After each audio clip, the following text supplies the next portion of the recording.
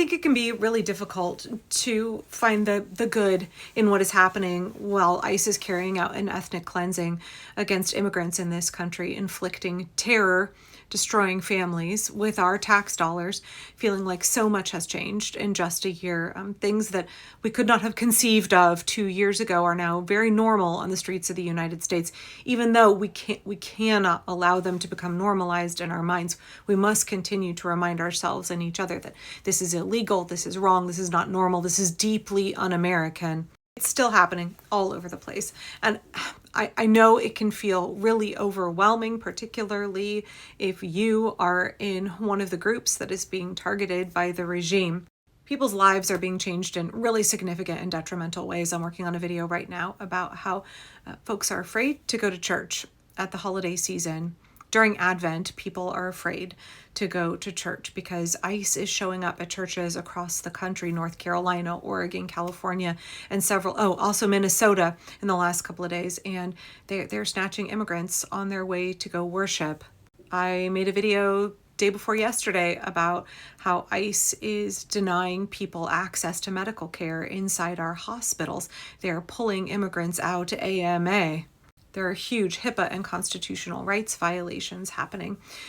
It's a really difficult scene. And in times like these, I am reminded of that Mr. Rogers quote where he says, "When I was a boy and I would see scary things in the news, my mother would say to me, 'Look for the helpers. You will always find people helping.'" And gosh, y'all, everywhere across the country, every city, every holler, every rural community, every urban center where ICE is inflicting their reign of terror, you will find helpers, you will find resistors, you will find those who are not willing to let the most vulnerable go without aid as the regime targets them. And gosh, y'all, there are helpers everywhere. I know it can be really easy for us to focus on the ICE agents because there's just clip after clip after clip of the horrible, cruel, brutal, inhumane things that these men are doing, either because they enjoy it, because they're sociopaths, because they're proud boys and oath keepers, or because they were willing to sell out immigrants and their own humanity for a big fat paycheck. Either way.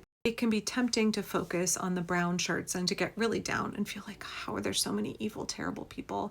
How are there so many people disconnected from their humanity in this country?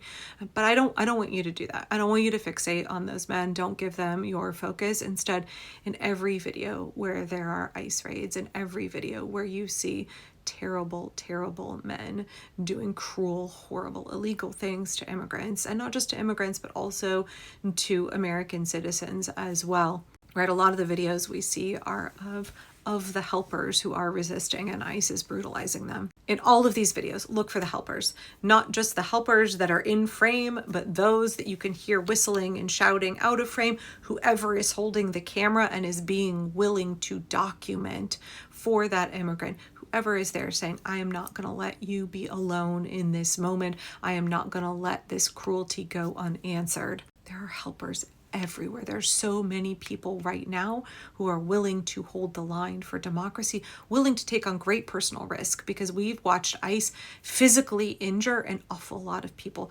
Mace, pepper spray, hit with rubber bullets, throw to the ground, break bones of people who are willing to stand up and speak out, of people who are saying, no, in this moment in time, I will not let you do this.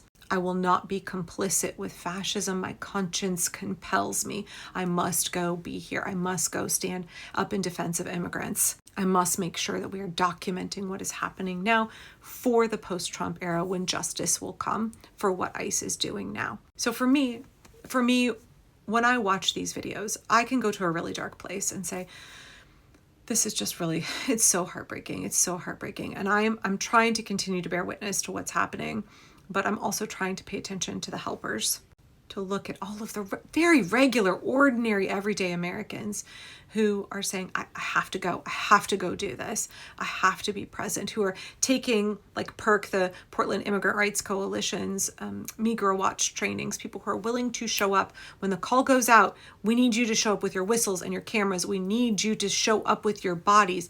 People all over the country, red states, blue states, rural areas, urban areas, people are showing up in droves. And with all of that mindset, with all of that context, I really want you to take a moment and watch what happened. I think it was yesterday in Minnesota. Right now, we are seeing ICE targeting Minnesota very heavily, Customs and Border Patrol as well. And also in Gulf states and Louisiana, I think they're being hit pretty hard right now.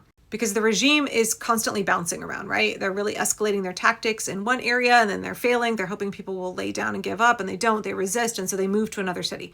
They are popcorning around, hoping somewhere that fascism sticks, hoping somewhere that the people lay down. But we're not doing that anywhere. We're continuing to resist. So they have to try new targets, like, oh, what corner of America are going to be the folks who fold like a chair? None of us are going to fold. So right now, Minnesota is getting hit particularly hard.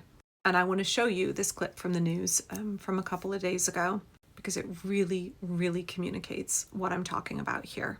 And I hope that it's an encouragement. I hope it's something that inspires you to figure out how you can get involved right where you are in order to resist what ICE is doing and to defend our immigrants. Because one of the key elements of successful resistance against fascism is that we do not abandon those that are targeted by the regime. So with that in mind, watch this. The neighborhood, targeting 2 construction workers. It's mind-blowing that people are out here in negative, 20 plus degree weather building houses for our community members, and they're being targeted by ICE.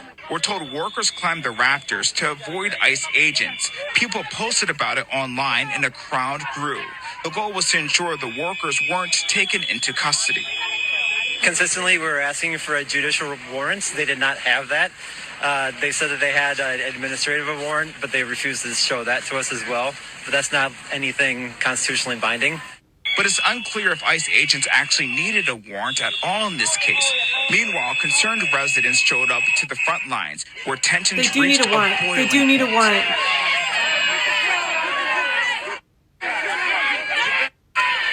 It was scary. It was really scary. It was, I don't know, I guess it was just something that you never think it's going to happen. One of the workers was talked down by EMTs who took him by ambulance for medical attention. But the standoff continued between ICE and a second man, with activists asking ICE to leave. People are mad. People are really mad. No protester was hurt, but there was a lot of shouting, whistles, and demands. One man in a Trump MAGA hat did show up, but was chased away by ICE protesters. There was a couple small altercations. Overall, everything seemed to be relatively calm. In a situation like that, it could have devolved easily. Meanwhile, people provided blankets, coffee, and food for the one worker still up in the rafters until ICE eventually left the scene. At that point, people celebrated, hugging each other and chanting.